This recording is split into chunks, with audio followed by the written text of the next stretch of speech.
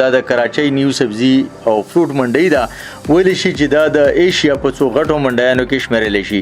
دلته د ملک د ټولو صوبو کاروباري خلک مختلف قسم کاروبارونه کوي. د ضلع باجوړ سره تعلق لرونکي حاجي محمد یوسف هم د دې منډۍ په څو وتلو کاروباري غړو کې شمار دی. حاجي یوسف په نړیواله کچه د آلو پیاز او اوږې تجارت کوي. باجوړ کې موږ واړه مونږ واړه خر کې او غالبا د 1998 نه زړې منډۍ نه منګه روزګار کو منډه کې خپل کاروبار وس الحمدلله منګه لوکل اړتم دي او ایکسپورټ هم سره کوو. وس الحمدلله منګه د وخت غالبا ساته لس ملکونو کار کوو د پاکستان نه منګه مین لغه آلو پیاز او دا غیر سره مثال مینګو کینو نو دوبۍ قطر مسقط عمان جده او سریلانکا ملیشیا دا موږ ایکسپورټ کوو او باقي دا خو نه امپورټ هم کوو. لکه موږ ایکسپورټ چې کوم مثال ام کینو آلو پیاز دا ایکسپورټ کوو او باقي د بار نه مثال اسې کوفراشه ناریل او نور کوم ایټم چې د مونږ ته واره کې راغوړو. دوی د من علاوه بهر ملکونو ته هم خپل سبزیانې لیږي چې پکې دوبۍ او سریلانکا او دغه شانته نور ډیر ملکونه شامل دي.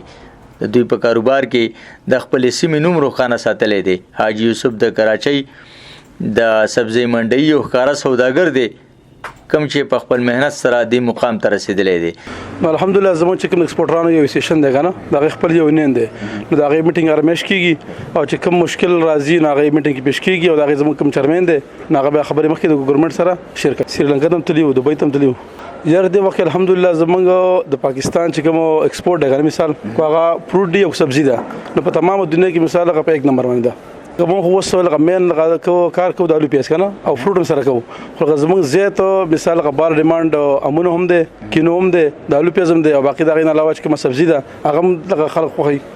د خپل دفتر او پسند کې لوی لوی د مال ګودامونه دي چې پکې د کراچۍ د ښار او د سن بشمیره بیروزګار خلک په روزګار دي. په سرګونو خلک د حاجي یوسف په ګودامونو کې روزګار بوختي خپل مهنت کوي. په دغه ګودامونو کې د سبزیانو د صفایي سوترایي کار کیږي ګاډي لوټ کیږي او ګاډي خالی کولای شي.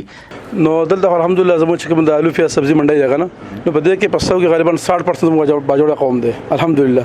مخکې زموږ خلکو مثال مزدوريان کولای وس الحمدلله غون کاروباریان دي سو اړه کې مثال په پاکستان کې مثال لوکل مال راغړي نور خورونه دلته خرڅي او زیات تر مثال ایکسپورټ رانم کشتره کوم چې موږ ایکسپورټ کار کوو بار ته مال لګو دا سم ګرم کشتره نو زموږ خلک الحمدلله دا مشکل نشته. بهر حال زموږ چې کوم د شاده ګوټونه دي زموږ کوم پاسمانده علاقې دي نو دا غیر لپاره خپل یو دا جوړ کړی دی ویلفیر چې هغه باجوړ ویفر په نوم هغه مشهور دی او کار کوي ماشاءالله او هغه د عام انسانیت کار کوي صرف د باجوړي یا صرف د پښتون کار نه کوي د عام انسانیت کار کوي او دا غیر سره زموږ کوم خپل کمیونټي د باجوړ الحمدلله هغه سره بھرپور تعاون کوي.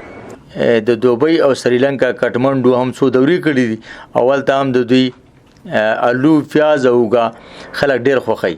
حاجي یوسف خان یو ډیر ملنګسار او د اخلاقو مالک دی ډیر ملمدوس انسان دی.